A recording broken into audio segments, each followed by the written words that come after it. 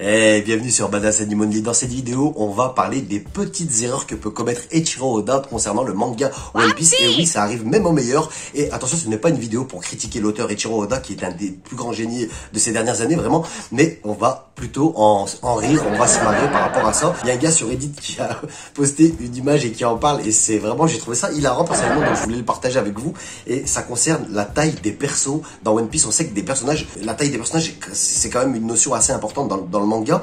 J'adore Eiichiro Oda parce qu'il respecte une évidence dans notre monde, c'est que les grands sont extrêmement forts, ils sont plus forts que les petits, et c'est vrai, c'est souvent vrai dans One Piece, les grands, ceux qui sont grands de taille, sont souvent très puissants, et j'aime ça, j'aime cette logique respectée par Eiichiro Oda. Donc on en arrive aux petites erreurs que peut commettre l'auteur, vraiment, ce n'est pas pour le critiquer, et il y a même des réponses à ces pseudo-erreurs de taille, de disproportion, parce que, et oui, quand on crée un monde comme One Piece aussi développé, aussi élargi, avec plus de 1000 personnages inventés, et la plupart en plus ont un véritable lore autour d'eux, ont une véritable histoire, et ils existent dans le monde de One Piece, vraiment, on les aime, on est attaché à eux, bref, on mélange tout ça, il y a forcément tout à penser, tout à régler, parce que il y a toujours les fans qui vont dire mais regardez, s'il avait un problème à la jambe gauche, comment il a pu faire cette attaque. Donc voilà, il y a des détails qui sont vraiment observés par les fans maintenant, et les fans sont devenus un peu crazy.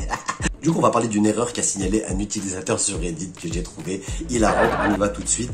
C'est concernant le katana de Zoro de Oden. Regardez, en fait, si on respecterait la logique, donc Oden mesure 3,80 m dans le manga, je vous le rappelle, les Zoro 1,81 m.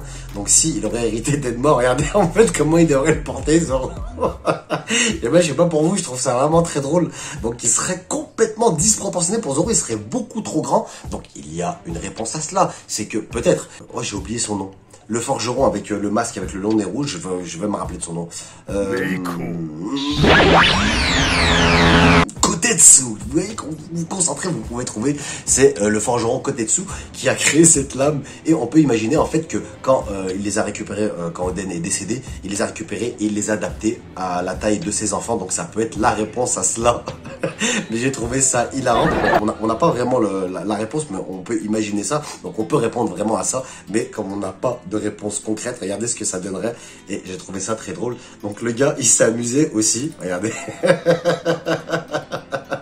Si Oden il porterait le katana comme Zoro porte Edmond, regardez, c'est vrai, c'est un cure-dent sur Oden en fait.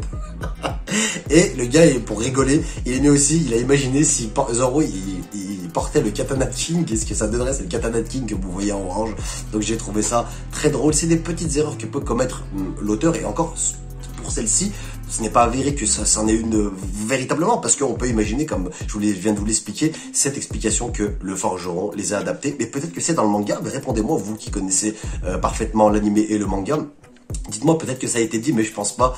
Donc voilà, je voulais partager ça avec vous parce que j'ai trouvé ça très drôle. Je me marre pour rien, je sais. Vraiment, vous êtes sur Badass Animal Only. J'espère que cette petite vidéo vous a plu. Si c'est le cas, mettez un pouce en l'air, ça me ferait extrêmement de bien. Ça ferait extrêmement de bien à la chaîne. Je sais, je me répète, et je vais commencer à quémander maintenant un petit abonnement aussi. Allez, avant j'aimais pas, mais je suis obligé, je stagne et j'aimerais bien continuer à grimper.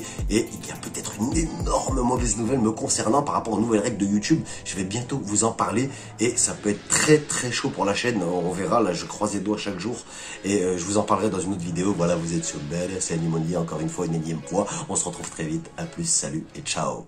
Badass Animal